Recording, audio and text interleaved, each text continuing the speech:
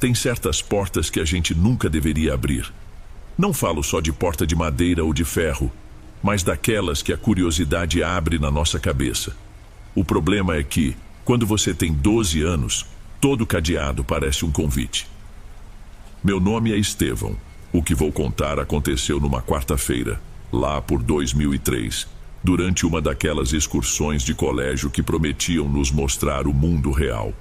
O destino era um antigo hospital psiquiátrico, o Sanatório da Divina Misericórdia, como parte de um programa de conscientização sobre as consequências de escolhas ruins. Eu e meus 3 melhores amigos, o Ivan, o Murilo e o Leandro, estávamos mais animados com a ideia de matar aula do que com a palestra em si. Mas a animação acabou assim que o ônibus da escola dobrou a esquina e parou em frente aos portões enferrujados. O lugar era velho, com uma fachada que um dia talvez tenha sido grande, mas que agora parecia acabada, com manchas escuras de umidade descendo pelas paredes. Um diretor com cara de poucos amigos nos recebeu e começou o passeio. Os corredores eram longos, com o chão de ladrilho hidráulico gasto pelo tempo, e o cheiro era uma mistura estranha de desinfetante com algo mais antigo, um cheiro de poeira e abandono. Enquanto o diretor falava sobre os tratamentos e a história do lugar, a gente só conseguia reparar nas janelas gradeadas e no silêncio que parecia que engolia qualquer som. Foi quando passamos por uma ala mais isolada, uma porta dupla de madeira maciça, com uma pequena fresta gradeada na altura dos olhos, se destacava no fim de um corredor lateral. O diretor apontou de leve. Hoje é um dia um pouco diferente, pois recebemos uma equipe externa para a transferência de um paciente de alta complexidade. Por isso, vocês precisam tomar o dobro de cuidado, especialmente com aquele ponto ali, o pavilhão 4, que está desativado e fora dos limites da visita. Peço que ninguém se aproxime. A gente só concordou com a cabeça. Mas, enquanto o grupo se afastava, um funcionário da limpeza, um senhor já de idade que empurrava um carrinho barulhento, passou por nós e falou baixo, quase sem mexer os lábios. Desativado para visita só se for. É para lá que mandam os que nem Deus e o diabo entram em acordo. Aquela frase do funcionário ficou martelando na minha cabeça. Bastou aquilo para que a palestra do diretor sobre prevenção se tornasse algo que eu já nem ouvia mais o que ele falava. Olhei para os meus amigos e vi que o efeito tinha sido o mesmo neles. Foi o Ivan, sempre o mais cético e o mais corajoso do grupo, que se inclinou e sussurrou perto do meu ouvido, com um sorriso de canto de boca. Vocês não vão me dizer que acreditaram nessa história, né? O velho falou isso só para assustar a gente. Não sei, não. O jeito que ele falou, começou o Murilo, mas Ivan o cortou. Ah, qual é? Aposto que não tem nada lá. É só um monte de quarto velho e mofado. Ele nos encarou, um por um. Era um desafio. E com 12 anos, um desafio era algo que você não podia recusar, principalmente na frente dos seus amigos.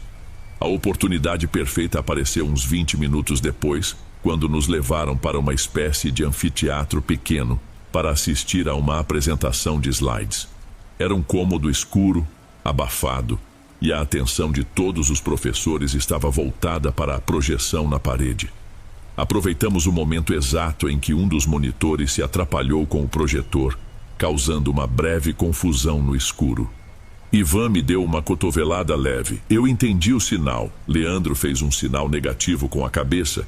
Ele parecia o menos convencido de todos. Mas quando eu e Ivan levantamos em silêncio e começamos a andar agachados para a porta de saída, ele e Murilo vieram logo atrás.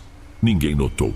O corredor do lado de fora parecia completamente diferente sem o grupo. O silêncio era maior e cada passo nosso parecia fazer um barulho enorme no ladrilho. Voltamos pelo caminho que tínhamos vindo e a sensação de estar fazendo algo errado deixava tudo mais intenso. Eu sentia o coração batendo forte no pescoço. Quando finalmente chegamos em frente ao corredor que levava ao pavilhão 4, nós paramos. A luz ali era mais fraca, amarelada, e a porta dupla de madeira no final parecia uma boca aberta no escuro. Ivan foi na frente andando na ponta dos pés como se o chão pudesse entregar a gente. Aquele pequeno corredor parecia um túnel e o ar ficou diferente, mais parado. Ele chegou na porta e empurrou de leve. Nem se mexeu. Estava trancada como era de se esperar. A única forma de ver lá dentro era pela janelinha de metal, aquela fresta com grades finas por onde deviam passar comida. Ele hesitou por um segundo, olhou para nós com um ar de "é agora" e encostou o rosto na madeira fria, espiando pela grade. A gente esperava que ele risse, que dissesse "eu avisei, não tem nada". Mas ele não disse nada.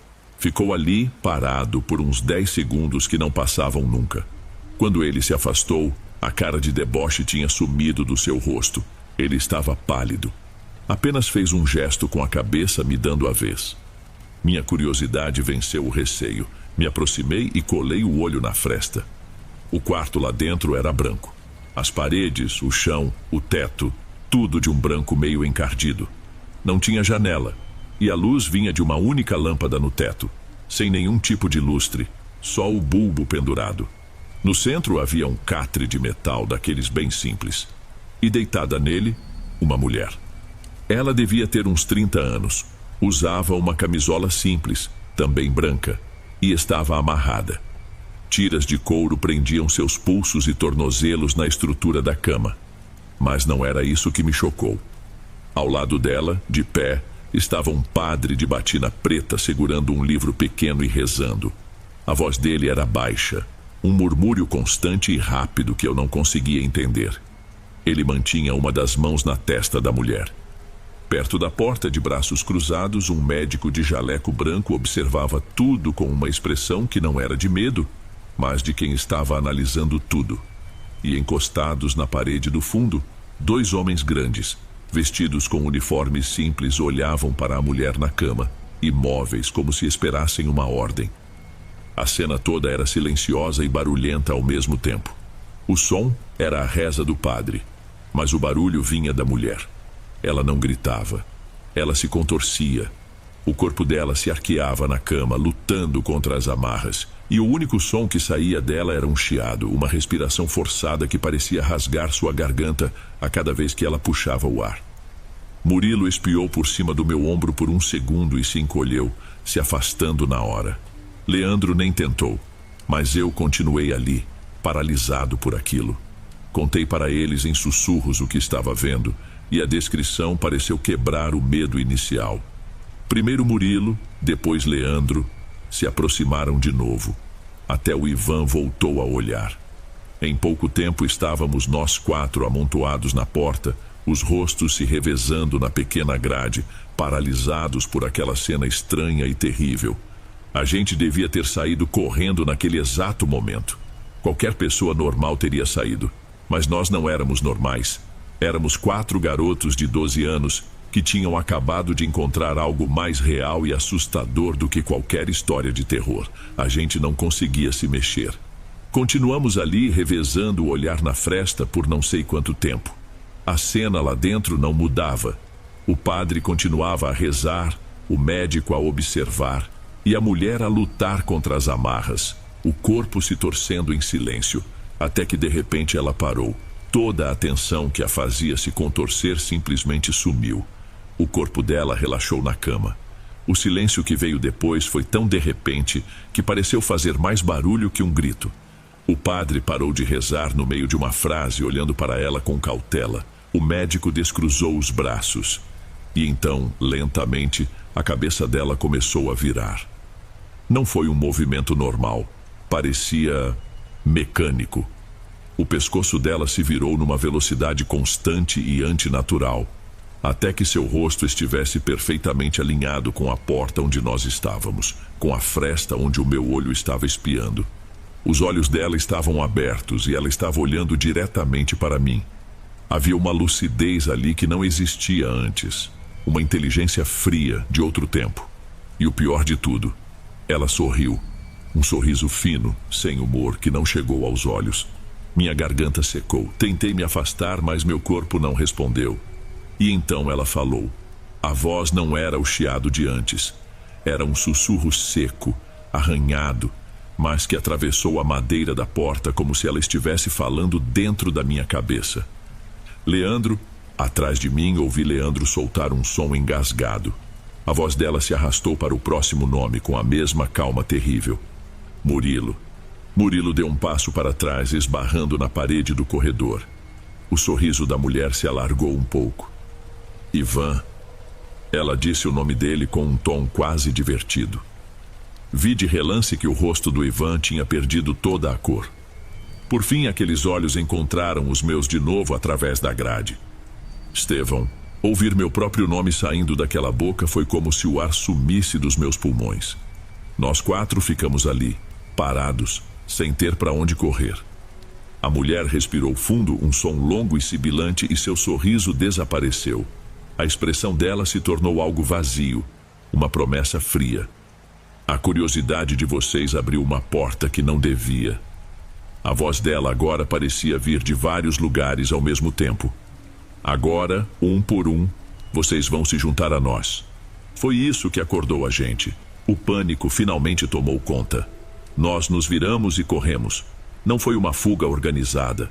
Foi um atropelo de braços e pernas, cada um empurrando o outro para sair daquele corredor o mais rápido possível. A única coisa que eu ouvia era o som das nossas respirações ofegantes e dos nossos tênis batendo no ladrilho. Nós disparamos pelo corredor sem olhar para trás. A única coisa na minha cabeça era a voz dela, repetindo nossos nomes. Quando finalmente alcançamos a junção com o corredor principal, onde a luz era mais forte, paramos apoiando as mãos nos joelhos, tentando puxar o ar para os pulmões. Nós 3 nos olhamos, os rostos suados, os olhos arregalados. O silêncio entre a gente era pesado, cheio de um pânico que ninguém conseguia colocar em palavras. Mas o Ivan, o rosto dele era diferente. O pânico estava lá, mas misturado com uma espécie de raiva, de indignação. Ele olhava fixamente para a escuridão do corredor de onde tínhamos vindo. Ivan, vamos embora daqui, disse o Leandro, a voz tremendo. Ele não respondeu. Em vez disso, deu um passo à frente de volta na direção do pavilhão 4. O que você está fazendo? Murilo tentou segurar o braço dele, mas Ivan se soltou. Ele parou na entrada do corredor escuro e, com toda a força que tinha, gritou: Deixa a gente em paz, você é só uma velha louca. A voz dele ecoou por um instante e sumiu. Por um segundo, nada aconteceu. Um segundo de silêncio absoluto, onde eu cheguei a pensar que tudo ia ficar bem. Foi quando Ivan balançou para o lado. Os olhos dele viraram para cima, mostrando só a parte branca, e o corpo dele ficou completamente rígido antes de cair para trás como uma tábua. O som da cabeça dele batendo no ladrilho foi seco, horrível. Corremos até ele. Ele estava no chão tremendo de um jeito que eu nunca tinha visto. Não era como alguém com frio. Eram espasmos violentos, os braços e as pernas se sacudindo sem nenhum controle. A boca dele se abriu e um fio de espuma escorreu pelo canto. E no meio dos tremores, ele começou a sussurrar. A voz não era a dele, era um eco baixo e arranhado daquela mulher. Juntar a nós, um por um, abriu a porta. Um por um. Ficamos olhando sem saber o que fazer. Era a cena mais apavorante da minha vida. Foi nesse momento que as vozes dos professores surgiram no fim do corredor, se aproximando rápido. O que está acontecendo aqui? O que vocês fizeram? O diretor chegou logo em seguida. Vendo Ivan no chão, ele não fez mais perguntas. Apenas ordenou aos funcionários que o levassem dali imediatamente. Eles ergueram meu amigo, que continuava tremendo e sussurrando aquelas palavras, e o carregaram para longe. Nós 3 ficamos para trás, parados no meio do corredor, enquanto os professores nos cercavam com perguntas. Mas nenhuma resposta saía. A gente só conseguia negar com a cabeça, dizendo que não tinha sido nada, que ele tinha passado mal de repente. Sabíamos que ninguém acreditaria no que tinha realmente acontecido. Eu mal me lembro do resto da excursão. No ônibus de volta, nós 3 sentamos juntos, mas ninguém disse uma palavra. O que a gente poderia dizer? A gente fez um pacto de silêncio sem precisar dizer nada. Na escola, mantivemos a história de que o Ivan simplesmente passou mal. Foi a mentira mais difícil que eu já tive que contar. Ivan não voltou na semana seguinte, nem na outra. Um mês depois, a mãe dele foi até a coordenação da escola e avisou que ele não frequentaria mais as aulas. A versão oficial era que ele tinha sido diagnosticado com uma condição neurológica rara e súbita e que passaria a ter acompanhamento e aulas em casa. Ninguém questionou. Para a escola, o caso estava encerrado. Para nós também, mas de um jeito diferente. Aquele dia no sanatório acabou com a nossa amizade. A gente simplesmente se afastou e nunca mais foi a mesma coisa. A gente parou de se falar, de andar junto. Se nos cruzávamos no pátio, desviávamos o olhar. Era mais fácil fingir que os outros não existiam do que encarar a lembrança do que tínhamos feito juntos. Passaram-se quase 20 anos. Hoje sou adulto, tenho uma vida normal, um trabalho. Mas a ferida daquele dia nunca fechou de verdade. Desenvolvi uma coisa boba, uma mania que não consigo controlar. Eu não suporto portas entreabertas ou frestas. Sinto uma necessidade compulsiva de fechá-las. É como se eu tivesse medo do que posso ver espiando do outro lado. Numa terça-feira à noite, meses atrás, eu estava sem sono e comecei a fazer aquilo que a gente faz na internet, procurar gente do passado. Comecei a procurar nomes de colegas da época da escola. Joguei o nome de Ivan na busca, como já tinha feito tantas outras vezes. Nada. Era como se ele tivesse sido apagado do mundo depois daquele dia. Então procurei por Murilo. Foi assim que encontrei um blog antigo, com o layout que denunciava ter sido feito lá por 2012 e abandonado desde então. O nome não dizia nada, mas numa das postagens eu vi uma foto antiga dele mais novo e tive certeza, li alguns textos por curiosidade. Falavam de faculdade, de música, coisas normais. Até que cheguei ao último post. O título era só uma palavra: Reflexos. O texto era curto e confuso. Murilo falava que não aguentava mais, que o pacto de silêncio não adiantava nada. Ele escreveu: não importa o que eu faça, eu a vejo. No espelho do banheiro, no reflexo da janela do ônibus, na tela escura da televisão. Ela está sempre lá, com aquele sorriso. Acho que ela está esperando a vez de cada um. O Ivan foi o primeiro. Quem vai ser o próximo? Depois disso, o blog nunca mais foi atualizado. Gelei. Passei a noite e os dias seguintes tentando rastrear o Murilo. Procurei em todas as redes, procurei por parentes, qualquer coisa, nada. Assim como o Ivan, ele parecia ter desaparecido. Do Leandro, nunca mais tive notícia alguma. Hoje eu entendo. A ameaça daquela mulher não era para um dia só. Era uma promessa. Lenta, paciente. Um por um. Às vezes, quando estou sozinho em casa e passo por um espelho, eu desvio o olhar. Tenho medo de ver, nem que seja pelo canto do olho, um sorriso fino me esperando no reflexo. A curiosidade abriu a porta.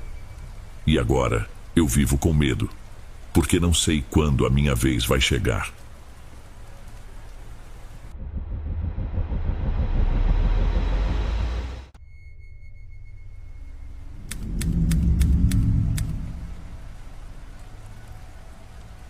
Tem objetos que parecem ter uma memória própria. Não sei explicar direito, mas é como se guardassem um eco de quem os usou.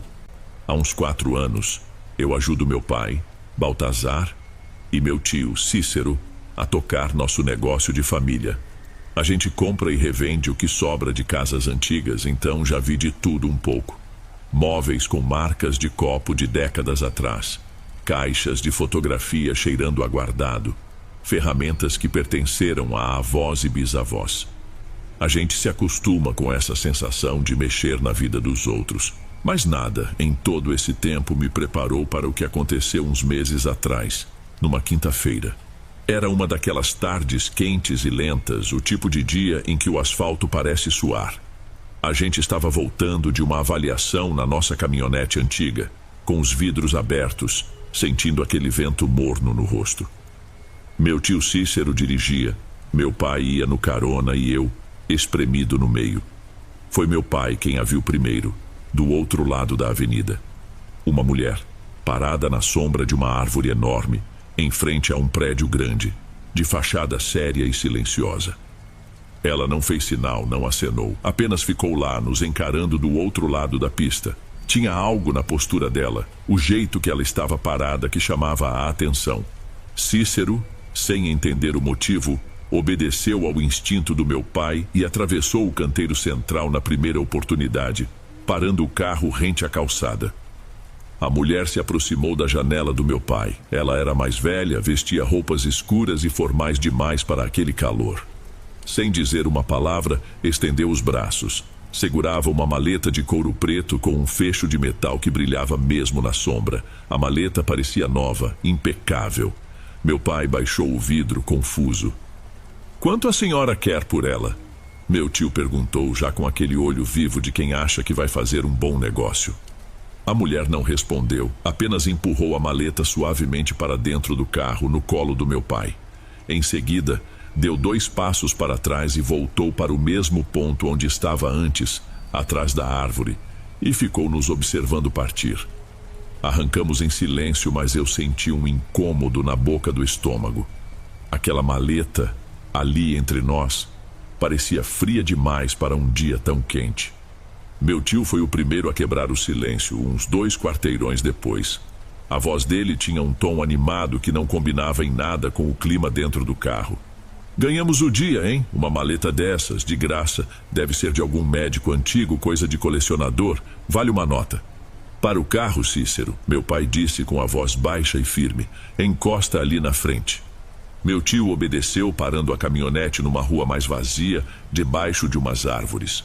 Sem dizer mais nada, meu pai colocou a maleta no colo e puxou o zíper. O som que ele fez foi áspero, um rasgo no silêncio que me arrepiou o braço. Dentro, sobre um forro de veludo verde escuro, havia um conjunto de ferramentas. Eram todas de aço, perfeitamente alinhadas e presas por tiras de couro. E elas brilhavam com uma luz limpa, fria, como se nunca tivessem sido usadas. Ou, o que era pior, como se tivessem acabado de ser limpas com um cuidado obsessivo. Não eram ferramentas comuns. Havia lâminas finas e compridas feitas para deslizar.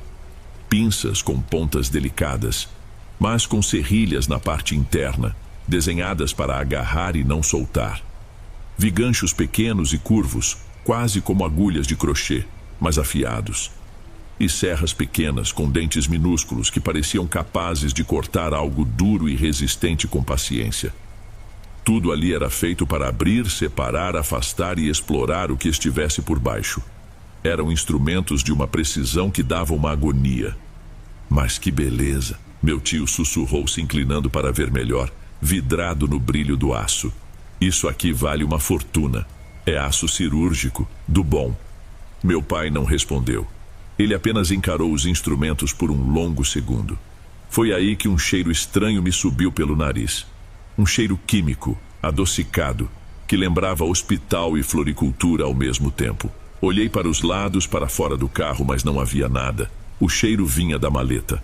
De uma vez, meu pai fechou o zíper e empurrou a maleta para fora do carro, deixando-a na calçada. "Que merda você tá fazendo?" Cícero gritou sem acreditar. "Isso é um kit de dissecação." Meu pai respondeu, o rosto sério. "Ou coisa de funerária. Alguém se livrou disso por um motivo, e a gente não vai carregar essa praga para casa." Meu tio não pensou 2 vezes. Desligou o carro, abriu a porta e saltou para fora, pegando a maleta do chão como se fosse um tesouro. "Você ficou maluco, Baltazar? Deixar uma grana dessas na rua?" "Faça o que quiser então," meu pai disse, acendendo um cigarro com as mãos um pouco trêmulas. "Mas na minha casa e no nosso galpão, isso não entra." Cícero entrou de volta no carro, batendo a porta com força. Ele colocou a maleta no chão, entre os próprios pés, agarrado nela. O resto do caminho foi feito num silêncio pesado, e eu só conseguia pensar no brilho daquelas ferramentas e naquele cheiro que não saía da minha cabeça. Na manhã seguinte, uma sexta-feira, meu tio chegou no nosso galpão com uma cara péssima. Ele, que sempre foi de falar alto e fazer piada, entrou quieto, com os ombros caídos. Tinha olheiras fundas e a pele parecia mais pálida. Enquanto meu pai organizava umas caixas no fundo, eu me aproximei. "Tudo bem, tio?" "Não dormi nada," ele respondeu, a voz rouca.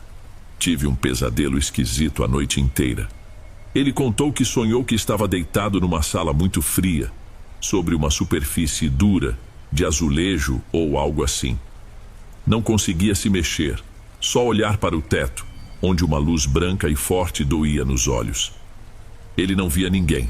mas ouvia o tempo todo o barulho de metal contra metal, como se alguém estivesse arrumando um estojo de ferramentas ao lado dele. O som era limpo, preciso, e ele sentia um cheiro.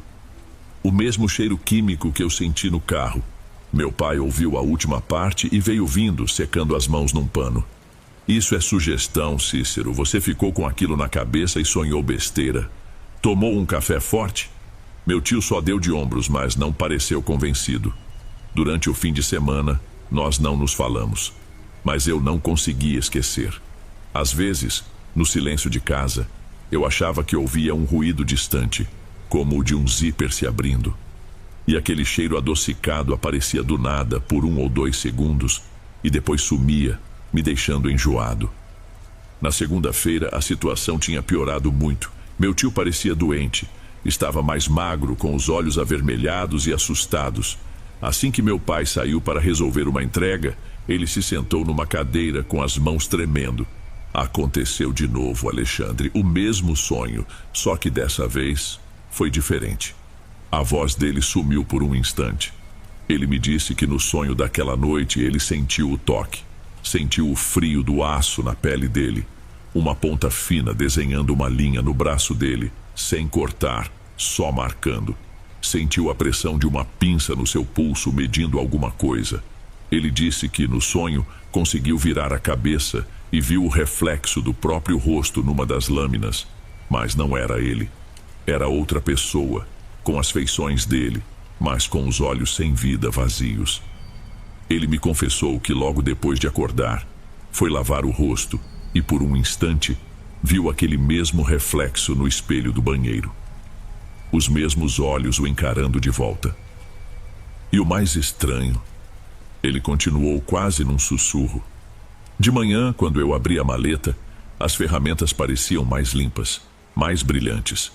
Como se alguém tivesse passado a noite inteira polindo cada uma delas. Quando meu pai voltou, ele viu o estado do irmão e a paciência dele acabou. "Chega", ele disse, batendo a mão numa mesa e levantando poeira. "Você vai pegar essa porcaria agora e vai jogar no lixo. Enterra, queima, joga num rio. Não me interessa. Some com isso da sua vida." Meu tio olhou para ele e o que eu vi no rosto dele não era só cansaço, era pavor de verdade. Eu acho que não consigo, Baltazar", ele admitiu com a voz presa na garganta. "Parece que aquela coisa não quer ir embora." A gente sabia que não dava mais para esperar. No sábado de manhã, meu tio apareceu em casa. Ele tinha a maleta na mão, enrolada num pano de prato, como se não quisesse tocar no couro dela. A ideia dele era ir na feira de antiguidades que acontece no Centro Velho, um lugar enorme, cheio de barracas e gente vendendo de tudo. Se algum lugar comprava coisas estranhas, era ali. O lugar estava lotado, um formigueiro de gente sob lonas coloridas. O barulho era constante, uma mistura de conversas, música e vendedores anunciando seus produtos. Mas assim que meu tio colocava a maleta sobre uma das bancas, o clima mudava. O primeiro vendedor que procuramos foi um senhor que mexia com ferramentas antigas. Ele abriu um sorriso ao ver a qualidade do couro, mas o sorriso sumiu quando meu tio abriu o zíper. Ele pegou uma das pinças, analisou contra a luz, sentiu o peso na mão e a devolveu para o estojo com uma pressa esquisita. "É de qualidade, não vou negar", ele disse, já se afastando. "Mas não tenho cliente para esse tipo de material. Boa sorte aí." Tentamos com outro, um cara que vendia instrumentos médicos e de dentista. Ele nem tocou. Olhou por cima do ombro do meu tio e balançou a cabeça. "Isso aí não tem venda, amigo. Coisa muito específica." A pior reação veio de uma senhora, uma velhinha que tinha uma barraca com imagens de santo e objetos de prata. Meu tio mal tinha começado a abrir a maleta quando ela fez um sinal com a mão, como se espantasse uma mosca. "Guarda isso, meu filho", ela disse sem nem olhar direito para as ferramentas, o rosto fechado com uma cara de nojo. "Tem coisa que não foi feita para passar de mão. É melhor levar de volta para quem te deu. Depois dela, ninguém mais quis nem saber." A notícia parecia ter se espalhado pela feira. Bastava a gente se aproximar com a maleta que os vendedores desviavam o olhar ou balançavam a cabeça em negativa. No fim da tarde, meu tio estava derrotado, sentado no meio-fio, com a maleta no chão ao lado dele. O objeto que ele achou que valia uma fortuna agora parecia um lixo que ninguém queria. Ninguém queria tocar. Naquela noite, meu tio dormiu na minha casa, no sofá da sala. Ele tinha medo de ficar sozinho. No domingo, meu pai sentou com a gente. Meu pai já não duvidava mais, nem estava com raiva. O que ele via era o irmão dele se acabando. Cícero mal tinha comido, e seus olhos fundos não paravam de se mover, como se esperasse ver alguma coisa no canto da visão. Acabou a palhaçada. Meu pai disse com um jeito calmo que dava mais medo do que se ele gritasse. Amanhã, bem cedo, nós vamos levar isso de volta. A gente vai deixar essa maleta na calçada daquele prédio e nunca mais vai tocar nesse assunto. E assim fizemos. Na segunda-feira, antes mesmo de o sol nascer, já estávamos os três na caminhonete. A cidade ainda estava cinzenta, sonolenta. Poucos carros na rua. A maleta ia no banco de trás, coberta pelo pano. Ninguém falava nada, mas o ar ficou pesado, difícil de respirar. Conforme a gente se aproximava daquela avenida, o cheiro voltou. Só que dessa vez, para mim, ele veio com uma força que revirou meu estômago. Era o cheiro químico, adocicado, mas estava impregnado no estofado do carro, no ar que entrava pela janela. Tampei o nariz com a gola da camisa, mas não adiantava. Parecia que estava vindo de dentro de mim. Tive a certeza de que não estávamos apenas indo até lá, mas que algo estava nos puxando, nos esperando. Meu pai dirigia devagar, procurando a referência. Era por aqui, não era? Um prédio grande com umas árvores. Ali. Apontei, a voz saindo meio fraca. É aquele ali, na esquina. Ele estacionou a caminhonete do outro lado da rua. O prédio parecia ainda mais estranho na luz pálida da manhã. Era o mesmo lugar, não havia dúvida. Os canteiros de granito, a fachada séria, as árvores altas. Tudo igual, mas agora eu entendia o que era aquele lugar de verdade. Ficamos os três parados olhando, a tarefa parecia simples. Atravessar a rua, largar a maleta e ir embora. Mas ninguém se mexia. A gente travou de medo. Meu pai olhou para o meu tio que estava encolhido contra a porta, encarando a maleta como se fosse uma bomba. Ele não conseguiria ir. Então eu respirei fundo. O cheiro pareceu ficar ainda mais forte, como uma confirmação. Deixa que eu levo, eu disse e falei sem nem pensar direito. Antes que meu pai pudesse protestar, eu me inclinei para trás, peguei a maleta enrolada no pano e abri a porta do carro. Meus pés tocaram o asfalto frio da manhã. E eu comecei a atravessar a rua em direção à entrada daquele prédio. A porta de vidro se abriu sem fazer barulho. O ambiente lá dentro era frio, silencioso, e cheirava a produto de limpeza misturado com um perfume adocicado de flores que já passaram do tempo. O chão de mármore polido refletia a luz fraca que entrava pelas janelas altas. Havia alguns sofás de couro escuro, arrumados de um jeito frio, e um balcão de madeira escura no fundo. Atrás dele, uma moça digitava algo num computador, o único som no ambiente. Eu me aproximei, sentindo o pano áspero que cobria a maleta. Com licença, eu disse a voz mais baixa do que eu pretendia. Eu acho que isto aqui é de vocês. Coloquei a maleta sobre o balcão. A moça me olhou, primeiro para o meu rosto, depois para o objeto, com uma expressão confusa. Ela ia dizer alguma coisa, mas foi interrompida por um homem mais velho, de terno e gravata, que saiu de um corredor lateral. Posso ajudar, senhor? Nós encontramos essa maleta. Expliquei, me sentindo um idiota. Uma mulher nos entregou na rua, aqui perto. Achamos que ela poderia trabalhar aqui. O homem sorriu, um sorriso profissional e cansado. Ele olhou para a maleta e a reconheceu na hora. Ah, sim, a Valéria e essa mania dela de esquecer o material de trabalho por aí. Muito obrigado por trazer de volta. Enquanto ele falava, uma mulher de uniforme branco, parecido com o de uma enfermeira, passou pelo corredor. O gerente a chamou. Vera, olha só, acharam a maleta da Valéria que você disse que tinha sumido de novo.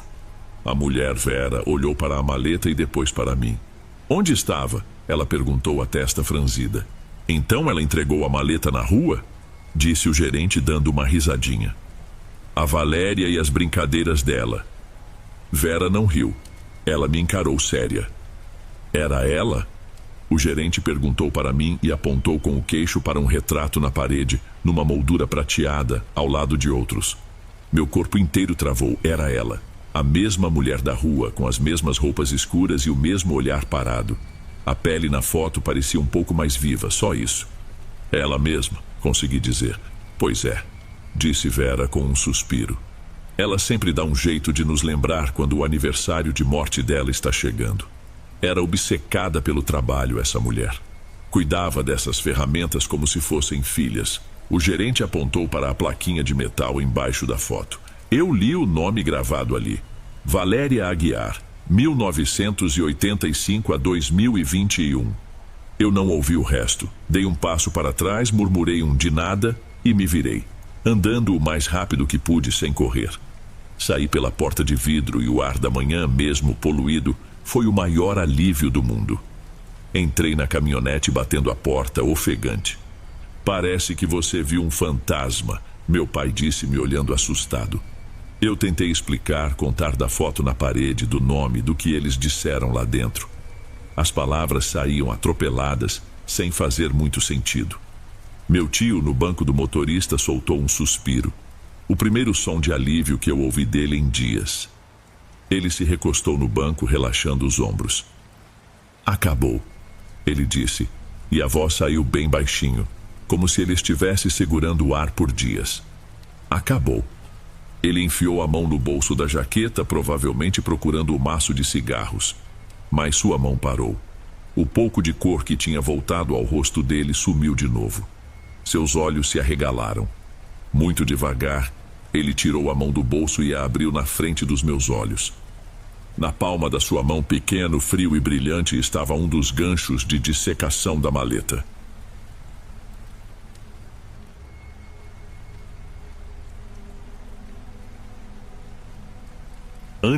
Bem, amigos, esses foram os relatos de hoje. Espero de coração que tenham gostado e ficarei muito feliz em te ver nos próximos. Agora na tela, estou deixando outros 2 bons vídeos que certamente irão gostar.